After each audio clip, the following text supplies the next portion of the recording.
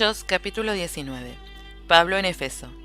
Aconteció que entre tanto que Apolos estaba en Corinto, Pablo, después de recorrer las regiones superiores, vino a Efeso y hallando a ciertos discípulos les dijo: ¿Recibisteis el Espíritu Santo cuando creísteis? Y ellos le dijeron: Ni siquiera hemos oído si hay Espíritu Santo. Entonces dijo: ¿En qué pues fuisteis bautizados? Ellos dijeron: En el bautismo de Juan. Dijo Pablo: Juan bautizó con bautismo de arrepentimiento, diciendo al pueblo que creyesen en aquel que vendría después de él, esto es, en Jesús el Cristo. Cuando oyeron esto, fueron bautizados en el nombre del Señor Jesús. Y habiéndoles impuesto Pablo las manos, vino sobre ellos el Espíritu Santo, y hablaban en lenguas y profetizaban. Eran por todos unos 12 hombres. Y entrando Pablo en la sinagoga, habló con denuedo por espacio de 3 meses, discutiendo y persuadiendo acerca del reino de Dios. Pero endureciéndose algunos, y no creyendo, maldiciendo el camino delante de la multitud, se apartó Pablo de ellos, y separó a los discípulos, discutiendo cada día en la escuela de uno llamado Tirano. Así continuó por espacio de 2 años, de manera que todos los que habitaban en Asia, judíos y griegos, oyeron la palabra del Señor Jesús.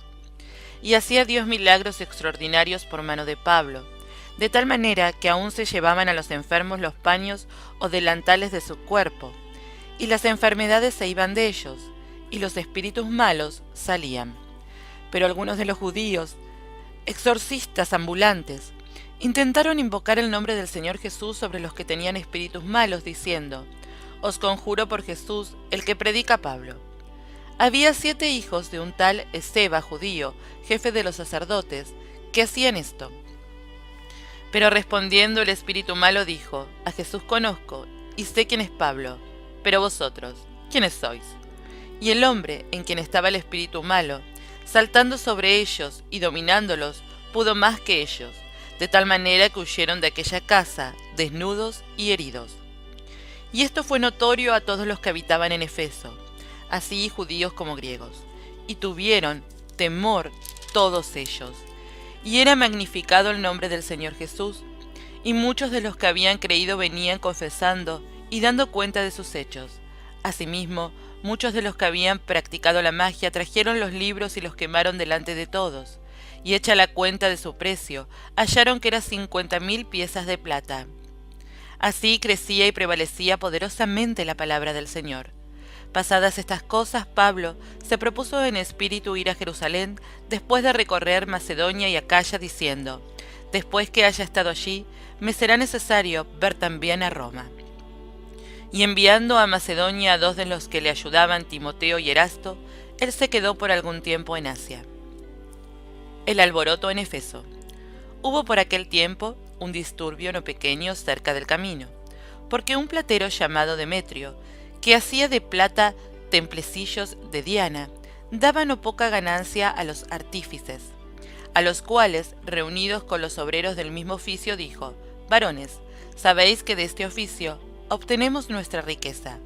Pero veis y oís que este Pablo, no solamente en Efeso, sino en casi toda Asia, ha apartado a muchas gentes con persuasión, diciendo que no son dioses los que se hacen con las manos. Y no solamente hay peligro de que este nuestro negocio venga a desacreditarse, sino también que el templo de la gran diosa Diana sea estimado en nada y comience a ser destruida la majestad de aquella a quien venera toda Asia y el mundo entero. Cuando oyeron estas cosas, se llenaron de ira y gritaron diciendo: ¡Grande es Diana de los Efesios! Y la ciudad se llenó de confusión, y a una se lanzaron al teatro, arrebatando a Gallo y a Aristarco, macedonios, compañeros de Pablo. Y queriendo Pablo salir al pueblo, los discípulos no le dejaron. También algunas de las autoridades de Asia, que eran sus amigos, le enviaron recados, rogándole que no se presentase en el teatro. Unos, pues, gritaban una cosa y otros otra, porque la concurrencia estaba confusa, y los más no sabían por qué se habían reunido. Y sacaron de entre la multitud a Alejandro, empujándole los judíos. Entonces Alejandro, pedido silencio con la mano, quería hablar en su defensa ante el pueblo. Pero cuando le conocieron que era judío, todos a una voz gritaron casi por 2 horas: «Grande es Diana de los Efesios».